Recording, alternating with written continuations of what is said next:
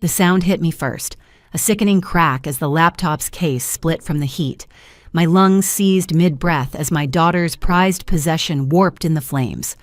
Around the fire pit, shadows danced across smirking faces.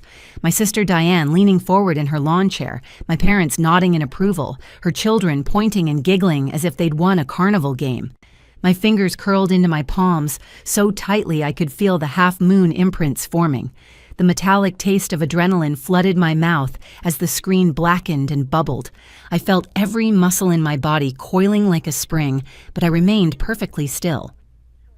"Maybe this will teach her not to be so spoiled," Diane announced, her voice carrying across our parents' backyard as she reclined in satisfaction.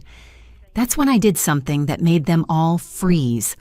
I smiled, not the tight, pained smile of someone holding back tears, but the calm, knowing smile of someone who has finally seen everything clearly. The laughter died. The crackling fire suddenly seemed deafening in the silence. "My name is Rachel. I'm 39 and a hospital administrator. This is the story of how I burned down the bridges that were drowning me. We hadn't always been enemies. Growing up, Diane and I shared everything. Clothes, secrets, the bottom bunk during thunderstorms when lightning made the windows rattle. 3 years older, she blazed trails I eagerly followed, her fearlessness making me braver by association. I thought that bond was unbreakable. The change happened so gradually I almost missed it, little comments that left splinters under my skin. "Mom's so generous giving you that dress. I guess she knows you can't afford nice things on your salary." Each barb subtle enough that confronting it would make me seem oversensitive. When I married Oliver, she pulled him aside at the reception. I overheard her whisper, "She falls apart easily. You'll need patience." When we bought our house, the one I'd saved for through 3 promotions, she walked through each room with pursed lips before announcing, "Cute little starter home. You'll upgrade eventually, I'm sure." But it was my daughter Lily's birth that transformed Diane's jealousy into something toxic. She lavished her own children with excess while scrutinizing every gift I gave mine. When Lily excelled in school, Diane dismissed her achievements as teacher's pet syndrome.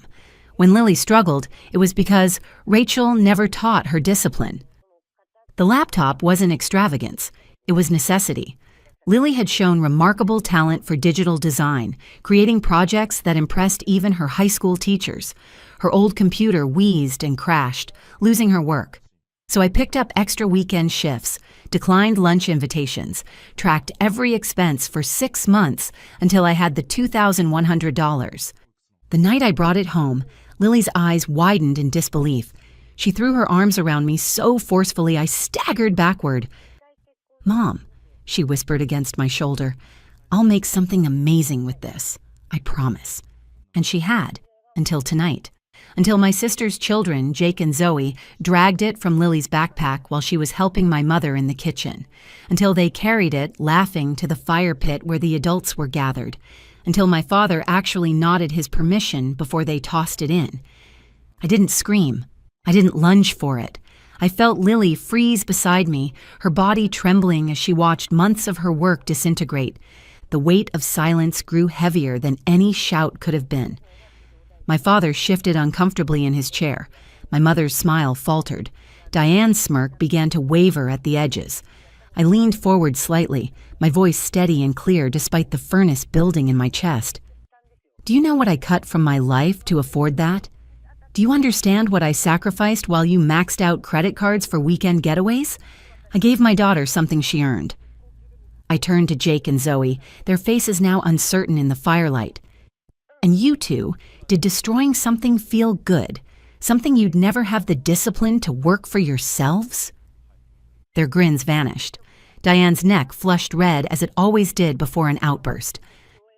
"Oh, come on," she scoffed, waving her hand dismissively. "It's just a computer. She'll live." I maintained my smile, the same one that had silenced the yard moments earlier. "You're right. She'll live." I stood up, taking Lily's hand. "But what about you?" Revenge didn't erupt that night in a volcanic display of rage. It arrived the next morning, methodical and precise like surgical cuts. After driving Lily and myself home in complete silence, I had tucked her into bed and promised her that things would change.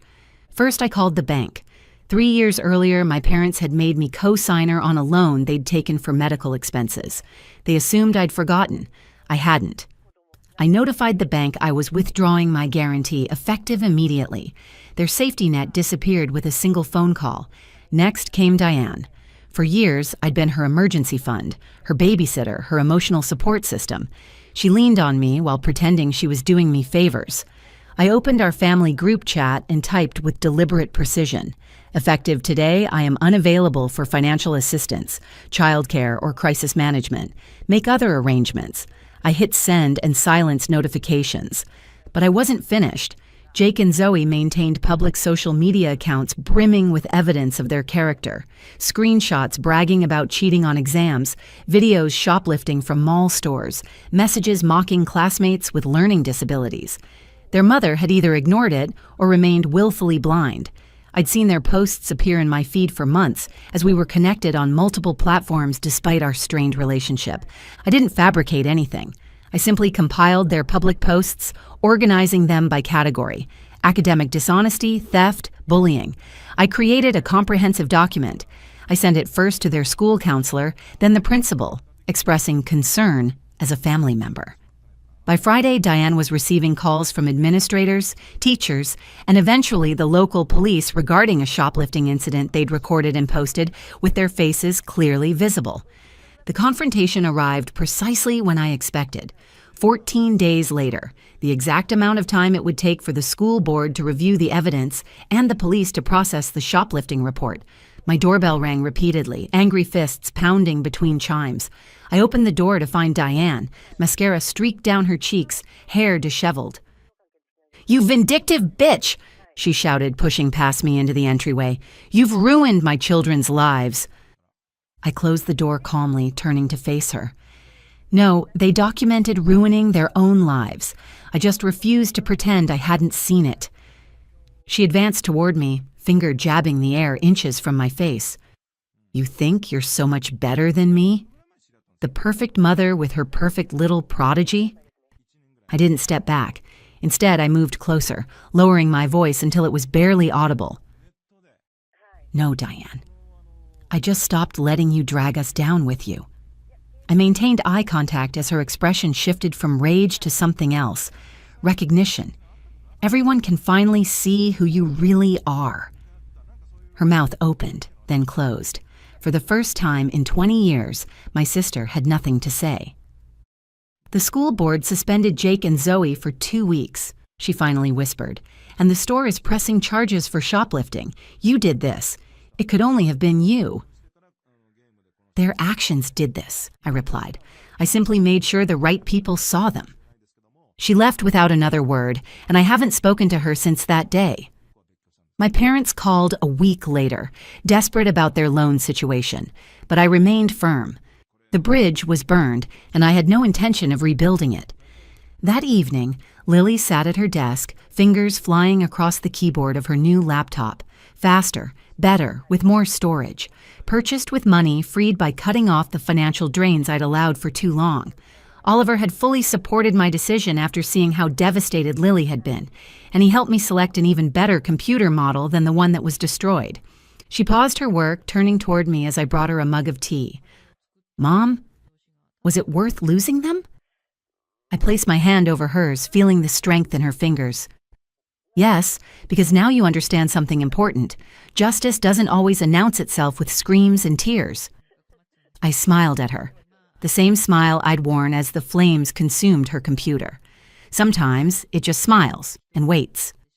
And that smile, the one that had finally shown my family who I really was, became the period at the end of a sentence I should have finished years ago.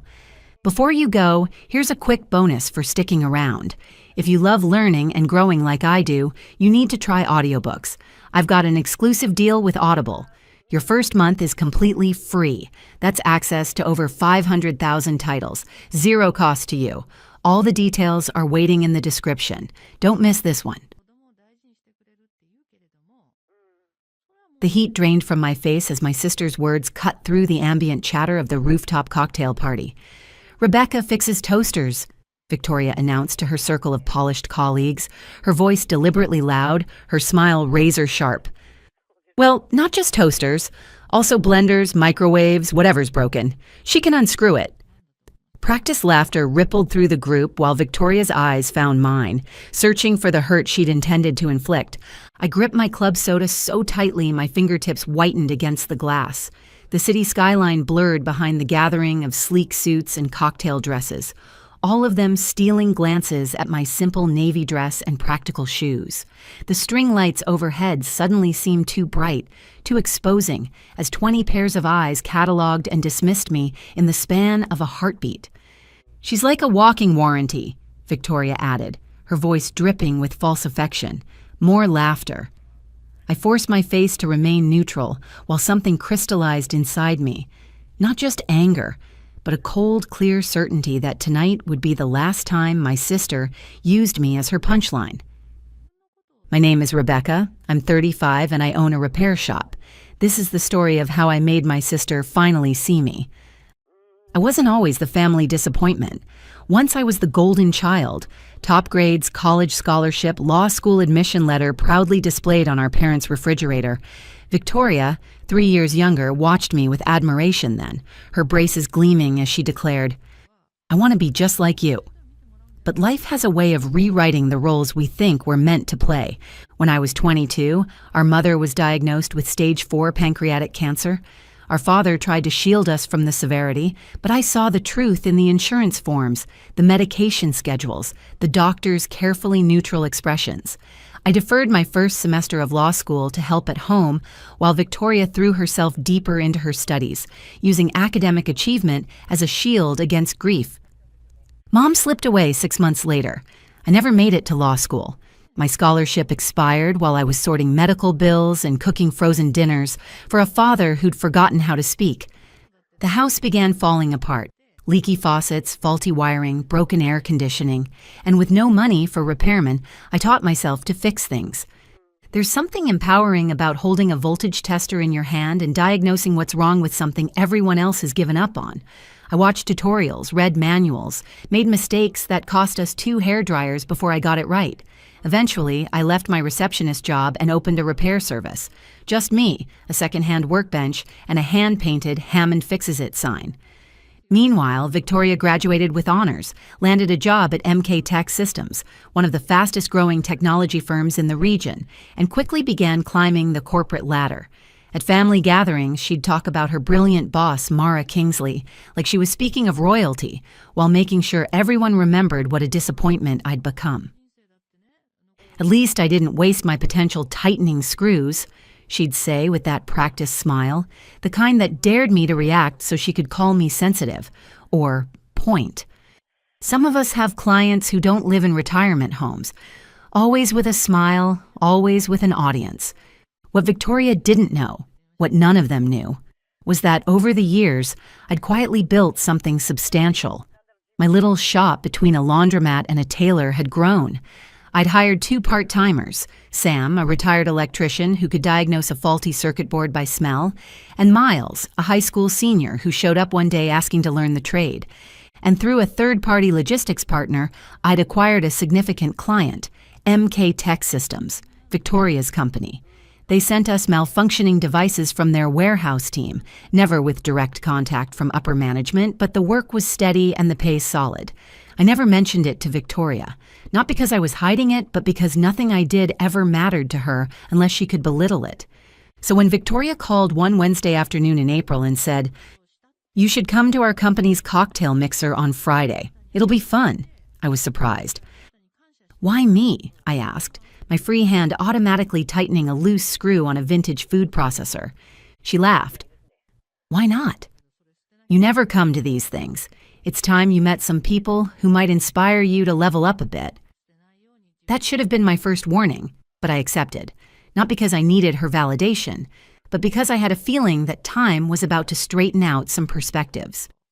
The mixer was held on the rooftop of an upscale downtown building. String lights, imported wines, glass panels instead of rails, so you could see the entire city spread beneath your heels. I arrived 10 minutes early with a small gift bag containing locally roasted coffee beans Victoria had liked when we were younger. a peace offering maybe, or just a habit I hadn't yet abandoned. When I first arrived, Victoria didn't notice me. She was holding court in the center of the room, hands animated, posture perfect, her voice carrying over the ambient music. I stood off to the side with my club soda, watching her perform. Eventually, she spotted me and waved me over. "Rebecca!" she called, drawing attention. "You came!" Heads turned, and I felt that familiar pause, that moment when a room evaluates someone and files them under not important. "Everyone, this is my sister," Victoria said, gesturing toward me. "She's in hardware repair." The way she said it, soft but deliberate, like she was tossing me a label and daring me to correct it. I smiled. "I run a repair and refurbishment shop." "Yes," one of her co-workers blinked. "Like, for computers?" "Among other things." Victoria laughed.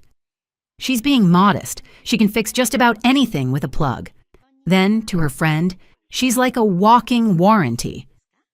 People chuckled. I didn't. I nodded, still smiling, swallowing the sharp retort rising in my throat. Victoria wasn't finished. She turned to a man in a gray blazer.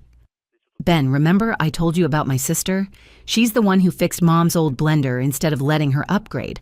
I swear Rebecca would rather fight technology than embrace it." More laughter. I opened my mouth, then closed it. Not because I didn't have a comeback, but because nothing I said would change anything, not in that moment. I turned toward the refreshment table, pretending to study the hors d'oeuvres. That's when the elevator chimed.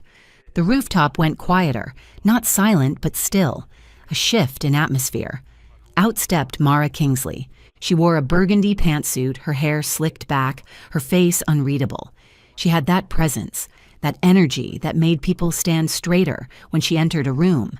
People cleared a path instinctively. She didn't pause, didn't scan the crowd for Victoria. She walked straight toward me. "Rebecca," she said, holding out her hand, "I didn't expect to see you here." I shook it firmly. "Neither did I." Victoria's voice cracked behind me. You two know each other?" Mara turned. "Your sister is the reason your logistics team has been able to maintain a 97% equipment turnaround rate. You've been using her services for 2 years. I assumed you knew." The silence that followed was exquisite. Victoria blinked rapidly, her champagne flute frozen halfway to her lips. I thought that was a third-party contractor," she stammered. "It is," Mara said, "but Rebecca's shop is the one they subcontract to. She's solved problems your team couldn't even diagnose." She turned back to me. "I recognized you from the photo on your company's invoice letterhead. I make it a point to know the faces behind our most valuable partners." "Thank you," I said, my voice calm. People around us shifted uncomfortably. No more forced laughs, no more small talk. Victoria stood still, eyes wide, lips slightly parted. I didn't rub it in, didn't gloat, just offered a polite smile because I wasn't there to win. I was there to witness the moment the truth walked into the room wearing a pantsuit and a name badge. Mara excused herself to greet others, and I turned back toward the snack table. My ginger ale hadn't even warmed in my hand. Victoria approached slowly, her voice lower now. "Why didn't you say anything?" I looked at her. Really looked at her. Would it have made a difference? She didn't answer, and for once that was enough. After that moment, something in the room shifted, not just for Victoria, for everyone. People who had ignored me earlier now approached with cautious curiosity. They asked about my shop, the kind of work I did, how I got started. I answered simply, without embellishment. The truth didn't need decoration. It just needed space to stand on its own. Mara passed by again later, this time with a drink in hand and a quieter tone. "You've got a good eye," she said. "I've looked at your diagnostics. Your team solves things our engineers give up on." "I appreciate that," I said. "I have good people." She smiled, then leaned in slightly. "I value precision and loyalty. If you ever want to skip the middleman, let me know." She handed me a card, sleek and embossed. I tucked it into my purse without looking at it. "I'll think about it." She nodded and walked on. Victoria stood about 10 feet away, watching. When I made eye contact with her, she didn't look away this time. I walked over slowly. No point in dragging it out. She was gripping the rim of her wine glass like it was anchoring her. "I didn't know," she said quietly. "I know," I replied. She searched my face, maybe looking for anger or forgiveness or an opening. "I didn't mean to embarrass you," she added. "Yes, you did," I said. "Not harsh, just factual. You just didn't expect it to backfire." She flinched a little. I let the silence stretch. "Look," she said, "I've worked hard to get where I am. You dropped everything and just settled. I didn't understand it." "No," I said calmly. "You didn't look closely enough to try." She blinked. "I didn't settle," I added. "I rebuilt." She swallowed hard. "I guess I always thought you gave up." I nodded. "A lot of people did. That's the luxury of distance." I didn't say it to hurt her. I said it because it was the truth. Sometimes people build their stories about you around the pieces that serve them best, and when you grow in silence, it confuses them. It threatens their version of how the world is supposed to work. Victoria glanced around, her voice barely above a whisper. "Did you come tonight to prove something?" I actually laughed, just once, quiet and short. "I came because you asked." She looked down. I didn't press her. She was already carrying enough embarrassment for both of us. And honestly, I didn't feel vindicated. I didn't feel triumphant. I just felt tired. "Rebecca," she said, "I really am sorry." I nodded. "Good. Now do better." She nodded slowly. I could see the gears turning. Whether she'd change or not, that was her journey, not mine. I said goodbye a little while later. No dramatic exit, no parting shot, just a quiet farewell. As I rode the elevator down, I thought about Mara's card. I still hadn't looked at it. I didn't need it to mean anything more than it already had, because that night wasn't about opportunity or exposure or vindication. It was about balance, about watching the scale tilt back to where it should have been all along. People say revenge is sweet, but this wasn't revenge. It was just truth. Undeniable, unpolished, and overdue. And sometimes that's more powerful than anything else. I didn't take Mara's job offer. I still have the card. It's in a drawer in my shop, tucked beneath a stack of receipts and old instruction manuals. Every now and then, I look at it. Not because I regret saying no, but because it reminds me that I didn't need to be discovered to matter. Some people climb ladders, others build solid ground. I chose the ground. My shop is still running, busier now. The exposure helped, sure. A few new clients came in because of the party, and word spread a little further, but that's not what I hold on to. What stays with me are the quiet wins. The 80-year-old man who brings me his late wife's antique mixer and thanks me with tears in his eyes.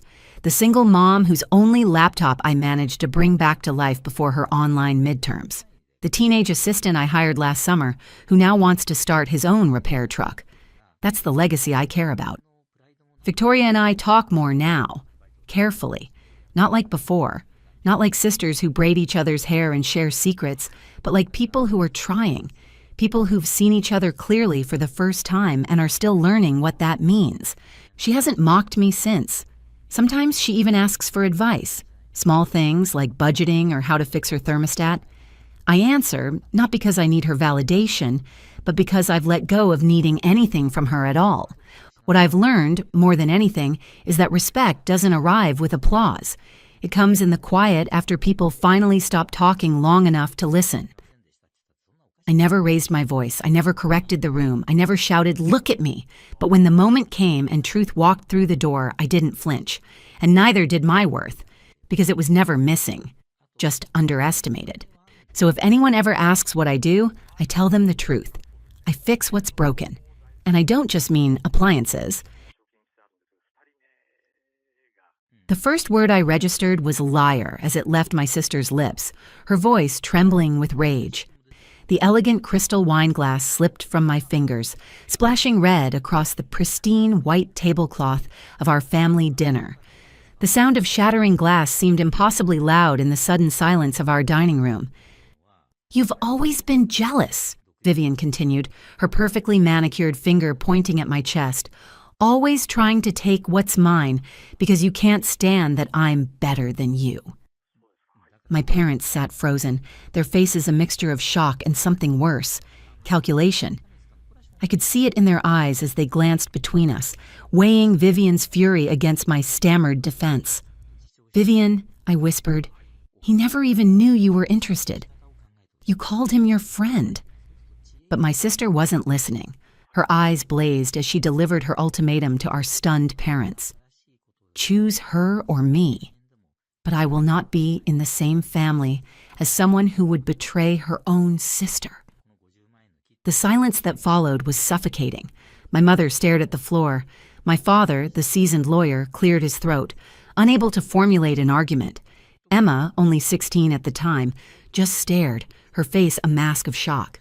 That's when my mother sealed my fate with 6 simple words. Grace, maybe it would be best if you didn't come around for a while. Let things cool down. A while became forever. My name is Grace, I'm 34, and for 11 years my family has told the world I'm dead. This is the story of how I showed them exactly who they threw away. I wasn't always the family pariah. Growing up in our pristine Connecticut town, I was the reliable middle daughter. I wasn't the brilliant eldest, my sister Vivian, nor was I the cherished baby, little Emma. I was just Grace, the one who helped with homework, cleaned up messes, and never caused drama. Until I did. At 22, I made a choice my family found unforgivable. It was a simple choice, really. I chose love. When I was 22, I fell deeply in love with David John.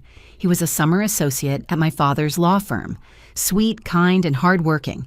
He made me feel like I was the only person in the room. The problem? Vivian had seen him first. She'd brought him to a family barbecue, parading him around like a new prize. But David's attention wasn't on her.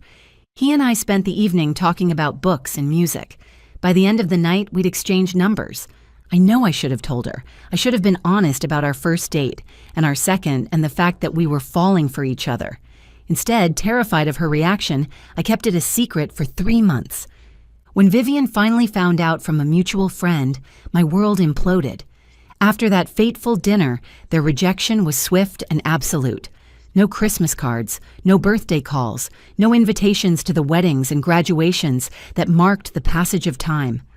While they continued building their flawless lives within their exclusive social circles, I vanished into a life of my own, becoming someone they never bothered to look for, someone they couldn't have imagined, even if they had.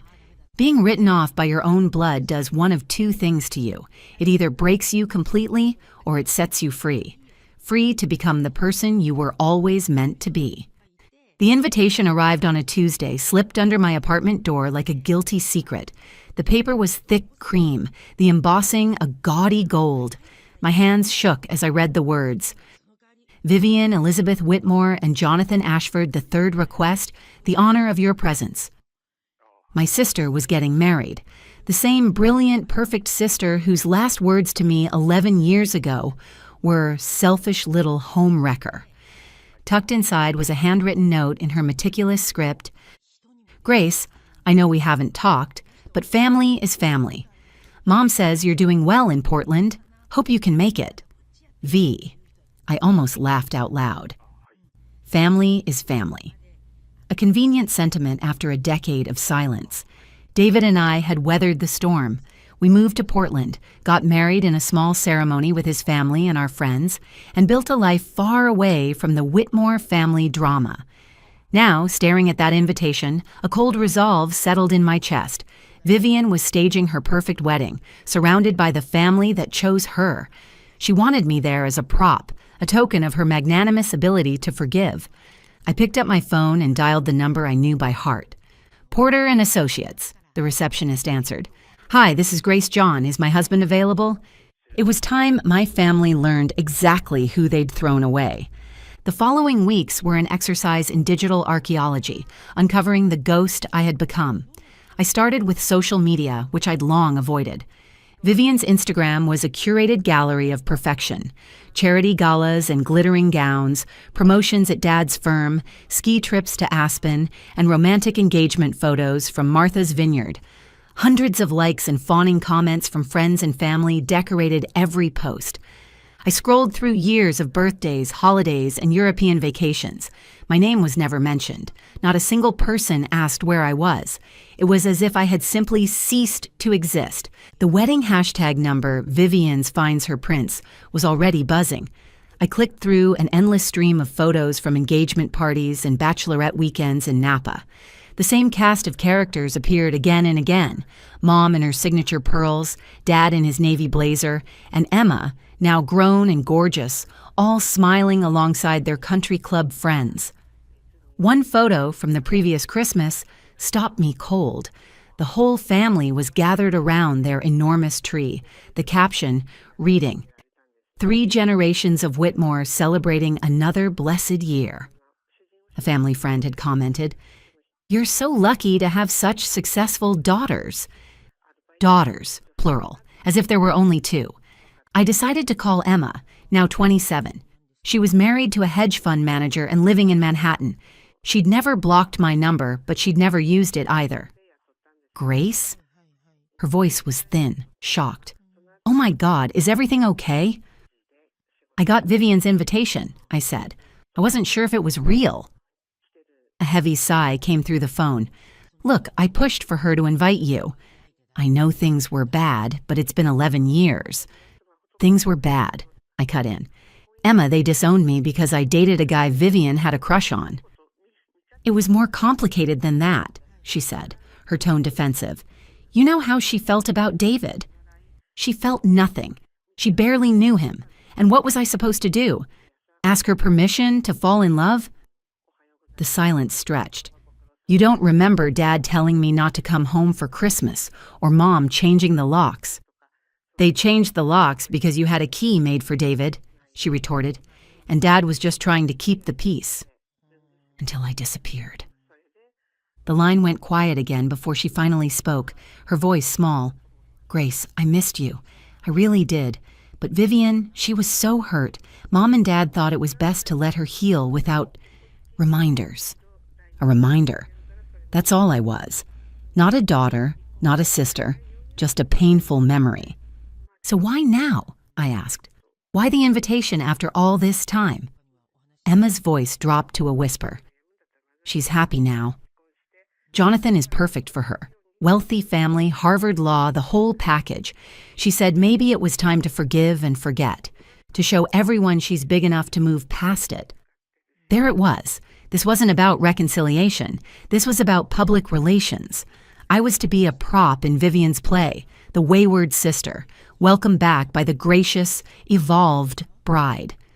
"How did Vivian even find my address?" I asked. "Mom's kept tabs on you through Dad's contacts," Emma admitted. "They've always known you were in Portland. She found your address through a private investigator last month." After hanging up, I sat in my home office, the wall of awards and certifications I'd earned over the last decade staring back at me. David found me there an hour later. "Bad conversation?" he asked gently. I told him everything. "You know what hurts the most?" I said, my voice thick. "It's not that they chose her, it's that they made it so easy, like I was disposable." David took my hands. "Grace, you don't have to go. You don't owe them a thing." "I know," I replied, my voice steadying. "But I want to. Not for them. For me. I want to see their faces when they finally realize who they threw away." That night, I made a list of everything I had accomplished since they cast me out. It was a long list. I wasn't just planning to attend a wedding. I was planning to make a statement. What my family couldn't possibly know was who I'd become in my 11 years of exile. While Vivian was climbing the ladder at Dad's firm and Emma was decorating her Upper East Side apartment, I had been quietly building an empire. It started with David's family, who owned a prestigious architectural firm in Portland. When I found myself unemployable in Connecticut, word of the family drama had mysteriously spread. David's father offered me a job managing their client relations. I was good at it. I understood people. And within 2 years, I doubled their client base.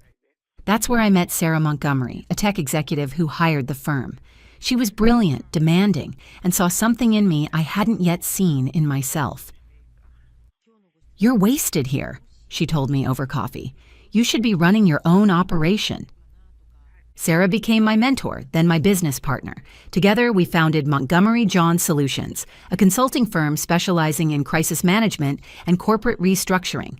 We took on failing companies, politicians in scandals, and celebrities in hot water, and we rebuilt their reputations. Our firm grew rapidly with offices across the country and eventually overseas.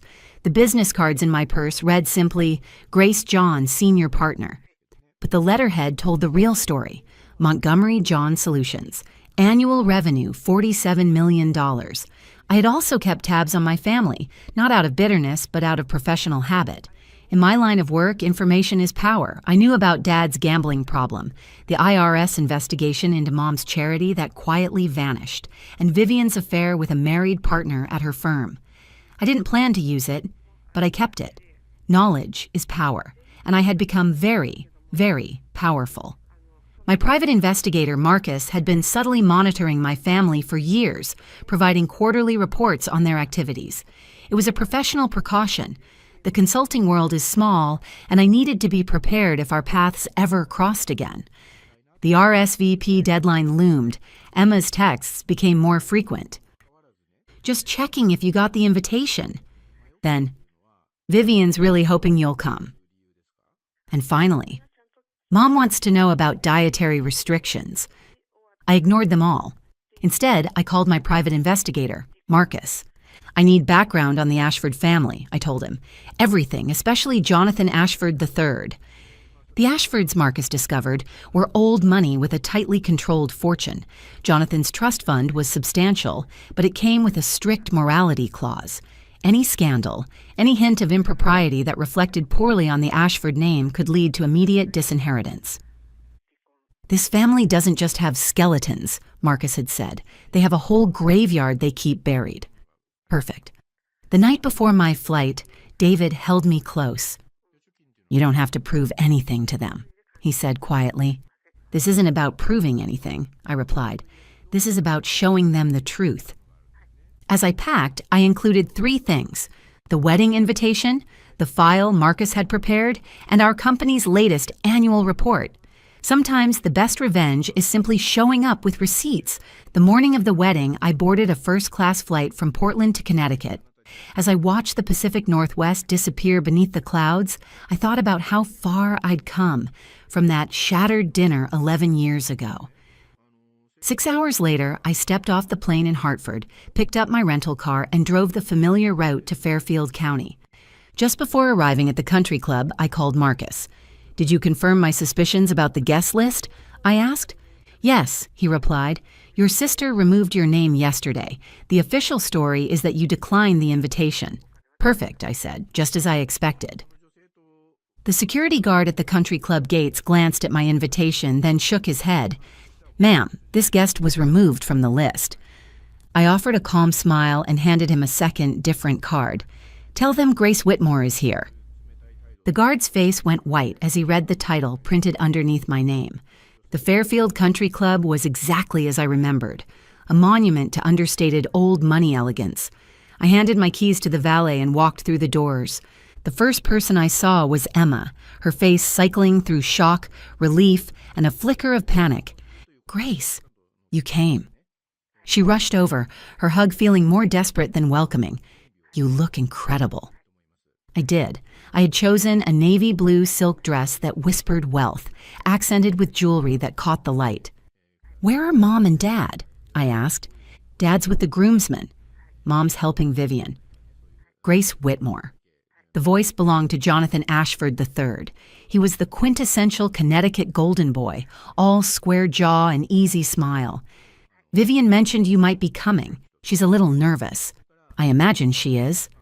"Look," he continued, his smile tightening. "Today is about fresh starts. I hope you can keep that in mind." Before I could answer, my mother's voice cut through the air. "Grace Elizabeth Whitmore." She stood in the doorway, a queen surveying her court.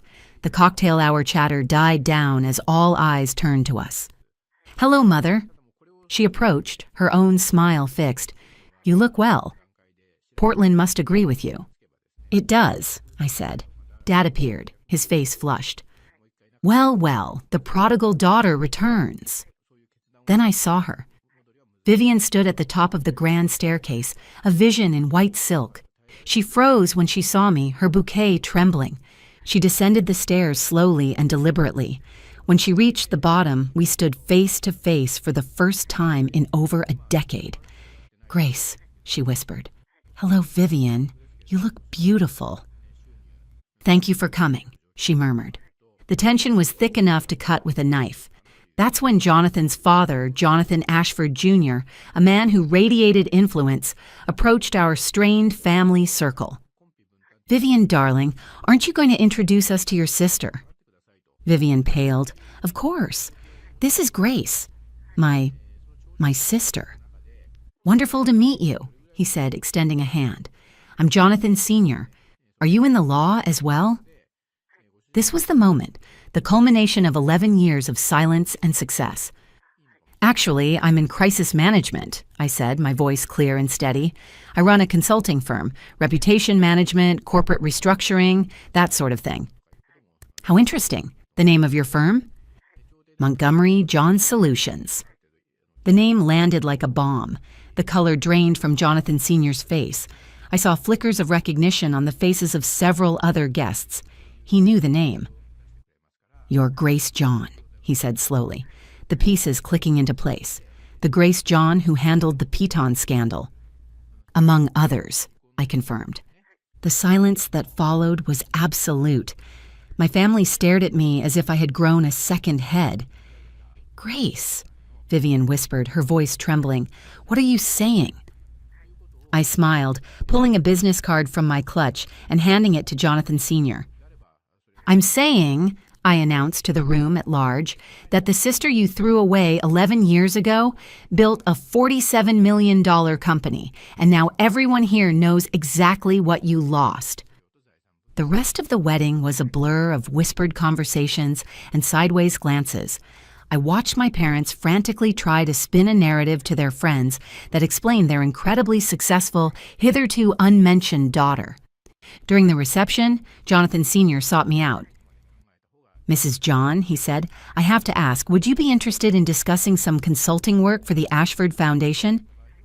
"I'd be happy to send you our information packet," I replied smoothly. By the end of the night, I had handed out a dozen business cards. As I was leaving, Emma caught my arm, her eyes filled with tears. "Grace, I'm so sorry." "We had no idea."